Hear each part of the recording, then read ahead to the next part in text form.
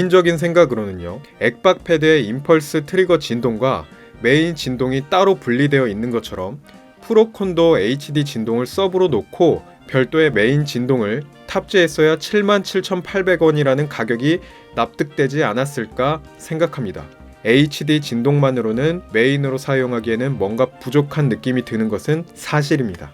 다음은 배터리입니다. 배터리는 3DS에 사용하는 배터리와 동일한 것으로 알려져 있는데요. 1300mAh로 듀얼쇼크보다 300mAh가 더 많습니다. 액박 패드는 AA 건전지를 사용하여 보름 이상 사용 가능하긴 하나 별도의 비용과 패드 무게 증가에 따른 호불호가 갈립니다. 프로콘은 한 번 완충으로 3, 4일 정도 사용할 수 있으니 오래가는 배터리는 프로콘의 독보적인 장점이라고 할 수 있겠죠. 프로콘에는 치명적인 결함이 두 가지가 있습니다.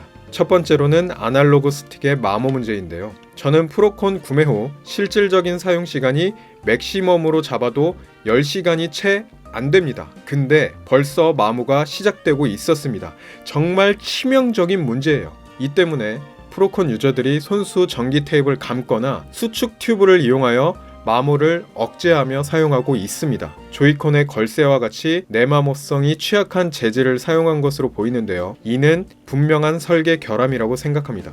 자, 그럼 이쯤에서 다른 컨트롤러도 한번 보겠습니다. 이 듀얼쇼크는 제가 플스4 프로를 구매하여 수천 시간을 하드하게 플레이한 컨트롤러입니다.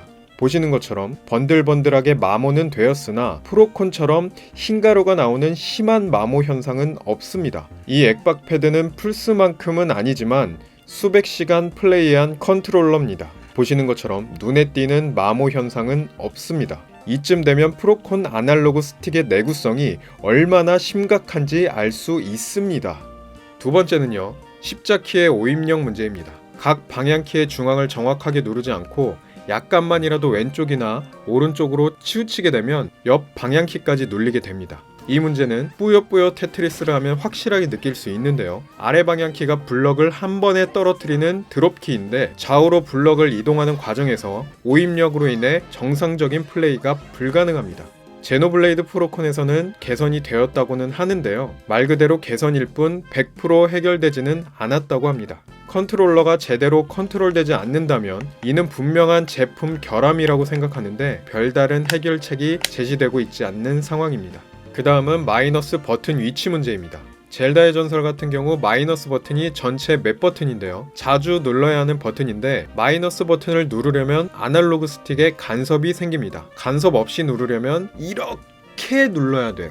일반적으로는 이런 식으로 눌리는 것이 다반사입니다. 이는 마이너스 버튼보다는 덜하지만 홈 버튼에서도 아날로그 스틱과 간섭이 생기는 것은 마찬가지입니다. 개인적으로는 캡처 버튼과 홈 버튼을 약간 위로 올리고 마이너스 버튼과 플러스 버튼을 이 양쪽 끝에 배치하면 어땠을까 생각이 듭니다. 보시는 것처럼 양쪽 끝에 배치하면 아날로그 스틱과 간섭 없이 편하게 누를 수 있습니다. 이 부분도 분명히 설계가 좀 개선돼야겠죠. 다음은 ABXY 버튼입니다. 큼직큼직하여 누르기는 편하나 다른 컨트롤러의 버튼들과 비교하면 원가 절감을 한 티가 팍팍 납니다. 그냥 사출해서 프린팅만 했어요. 상측의 버튼들은 누르는 감촉이 ABXY와 비슷합니다. 아래쪽 버튼은 듀얼쇼크나 액박 패드처럼 트리거 버튼이 아니라 일반 버튼이어서 누르긴 편하나 누르는 깊이나 반발력이 적어 키감은 상대적으로 가벼운 느낌이 듭니다.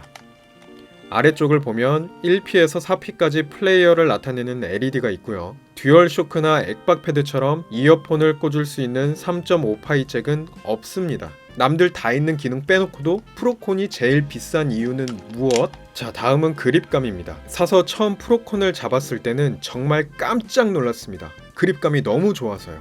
손에 착 감기더군요.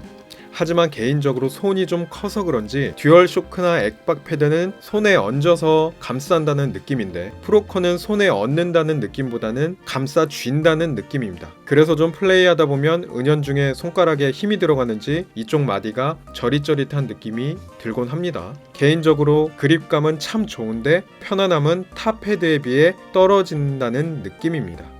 자, 이제 결론을 내도록 하겠습니다. 프로콘에 여러 기능이 탑재되어 있어 비싸다고 하기에는 탑 패드도 이미 갖춘 기능이거나 오히려 없는 기능도 있습니다. 컨트롤러의 완성도를 놓고 봤을 때는 아날로그 스틱의 갈림이나 십자키 오류 등 여러 설계 결함도 있고요.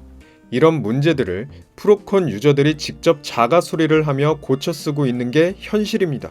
즉, 탑패드 대비 77,800원이라는 가장 비싼 가격에 비해 제 가격을 못하는 제품이라고 할 수 있죠. 한마디로 비싸다는 얘기입니다.